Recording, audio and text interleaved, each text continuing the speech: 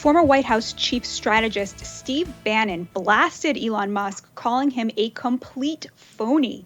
Bannon's comment on the Tim Pool Daily Show podcast comes after the Twitter CEO tweeted that he is amenable to buying the Silicon Valley Bank, which failed Friday. Musk was replying to a tweet sent by Razor's CEO suggesting that he Twitter buy SVB. Bannon also accused Musk of being in the pocket of the Chinese Communist Party and that he's blocked anti-CCP critic on the platform since acquiring it in October. I think until Elon Musk starts letting back on the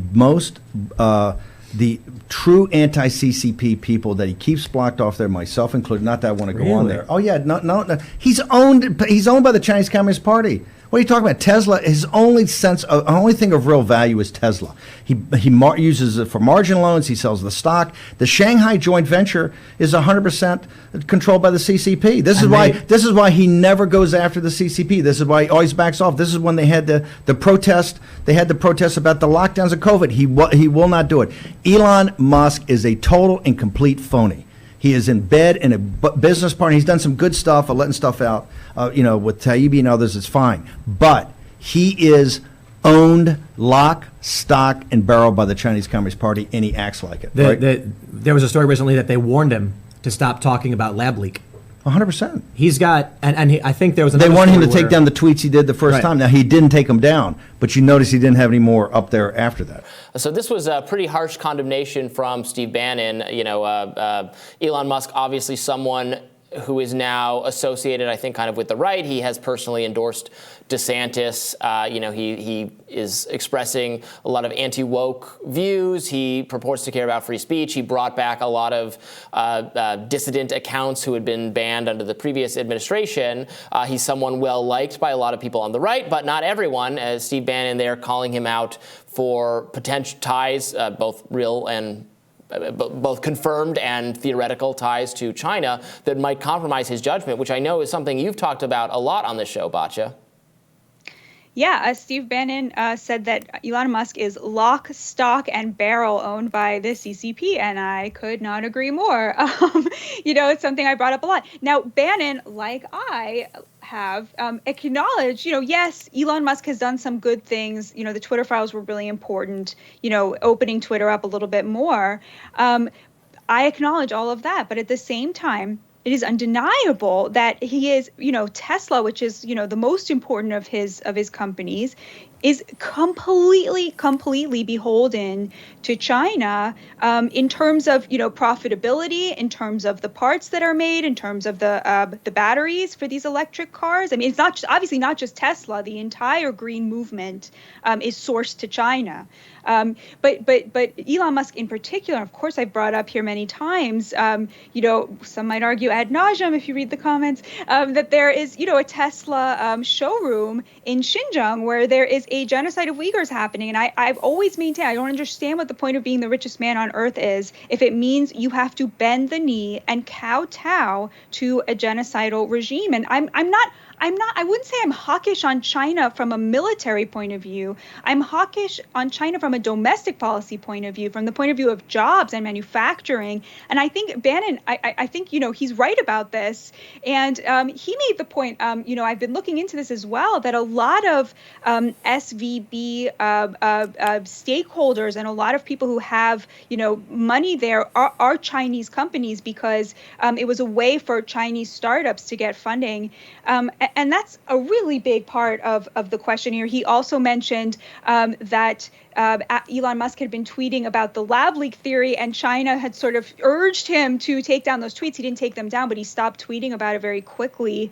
There are real conflicts of interest here. At some point, when your $1 billion stake is in a different country, that starts to play a role in a lot of things. And I think it's great that he called him out. What do you think, Robbie?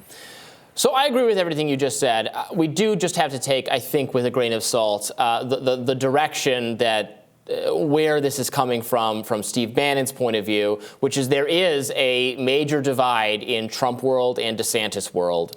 There are hardcore Trump loyalist type people who think, DeSantis is going to try to steal the nomination from Trump. I fully expect DeSantis will try to steal the nomination from Trump. They think that's wrong. They want Trump to be the nominee again. He still has some very loyal people. I put Bannon more in that category. So, if you're the sides here are like Elon, DeSantis are kind of part of another. This is a behind-the-scenes, battle that's going on. This is the shadow, the secret primary before the primaries, where Bannon is much more aligned with Trump. And Elon with DeSantis. Elon has explicitly said he wants DeSantis to be the nominee, that he would support DeSantis. He's not interested in supporting Trump. So it doesn't surprise me to see someone like Bannon, who is still very, very, very much in the Trump, team ride or die Trump category, and he's not alone in that, would look for an opportunity to bash Elon. Now, it might be fair criticism. Again, I think these are concerns that it is perfectly legitimate to raise. I am always worried about how much self-censorship is going on in American companies in order to appease China. We've seen that with the basketball teams. We've seen that with gaming companies. We've seen that with Disney. We've seen that entertainment companies, and it's horrible. It's really worrisome. There's no more. It is rarer to have a plot line of a movie or a video game or a TV show be anti-China in nature because of the pressure from China to have access to the Chinese markets. And Elon, I think, has not demonstrated that he's immune to that. Quite on the contrary. But like you said, that doesn't totally cancel out all the, I think, good he's doing. The disinfectant of sunshine he's brought to Twitter and how things used to operate, which I really do appreciate. So but it should be taken with a grain of salt, because he's very much not on the same, even though he's kind of declared himself a right of center figure, he is very much not in the same coalition as Steve Bannon. Right. And I think it's very interesting. DeSantis last week, or over the last 2 weeks, he had two sort of, from my point of view, conflicting moments. On the one hand, he had this a very interesting comment about the war in Ukraine, where he said, we have no strategic objective there and a blank check, and you can't have both of those things at the same time. And he talked about sort of Crimea, I believe, and he really took that sort of populist stand of we need to be a little bit more careful about what's going on there. No more blank check, right? That's kind of the MAGA stance when it comes to Ukraine. But then he had an ad come out that was all about Ronald Reagan.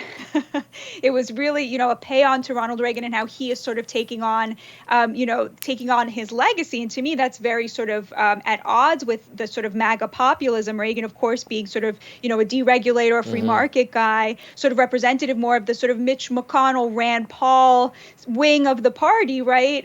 That MAGA was very much a departure from. So it was sort of like, which way Ron DeSantis, I think everybody's sort of waiting to see. And the question of whether he will be able to pick up more MAGA voters, I think very much hangs on whether he seems willing to take a stand on that economic front, because of course I that's my view, is that that's really where what Trump was about. It was about immigration, it was about NAFTA, and it was about foreign wars.